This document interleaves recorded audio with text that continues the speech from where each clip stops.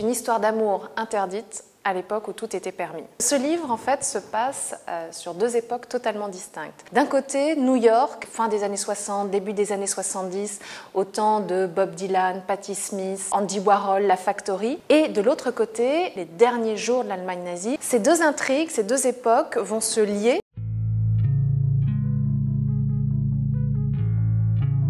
New York, les 70s. Un homme rencontre une femme, ils ne sont pas du tout faits l'un pour l'autre. Lui, il s'appelle Werner Zinsch, c'est un jeune loup assoiffé de réussite.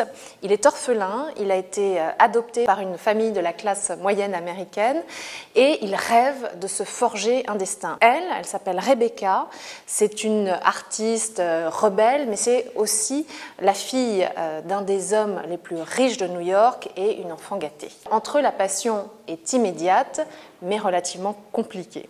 Deuxième chapitre, flashback, nous sommes à Dresde, dans l'Allemagne nazie en 1945. Une jeune femme qui s'appelle Louisa agonise en donnant naissance à un nourrisson. Cet enfant est miraculeusement sauvé du désastre et cet enfant va être emmené au Texas par les savants de l'opération Paperclip.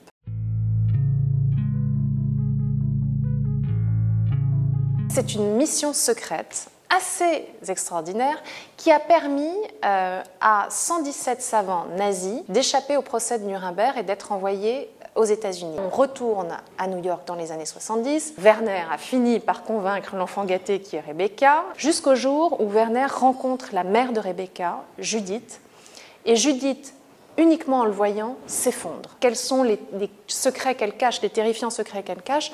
C'est ce que Werner va devoir découvrir parce que dès le lendemain de ce dîner, Rebecca disparaît. Il comprend que le seul moyen de la retrouver, c'est de rouvrir le dossier de ses origines. Commence une enquête et surtout, on va apprendre qui est ce fameux dernier des nôtres, le titre du roman.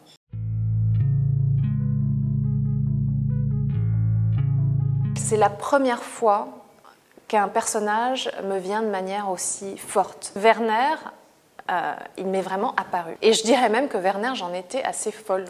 J'étais assez amoureuse de mon personnage. C'est un personnage très flamboyant, qui a une énorme force vitale, qui a en même temps une vraie sensibilité, mais très écorchée, très retenue, et qui a cette passion pour Rebecca que je trouve assez magnifique. On aimerait être aimé comme ça.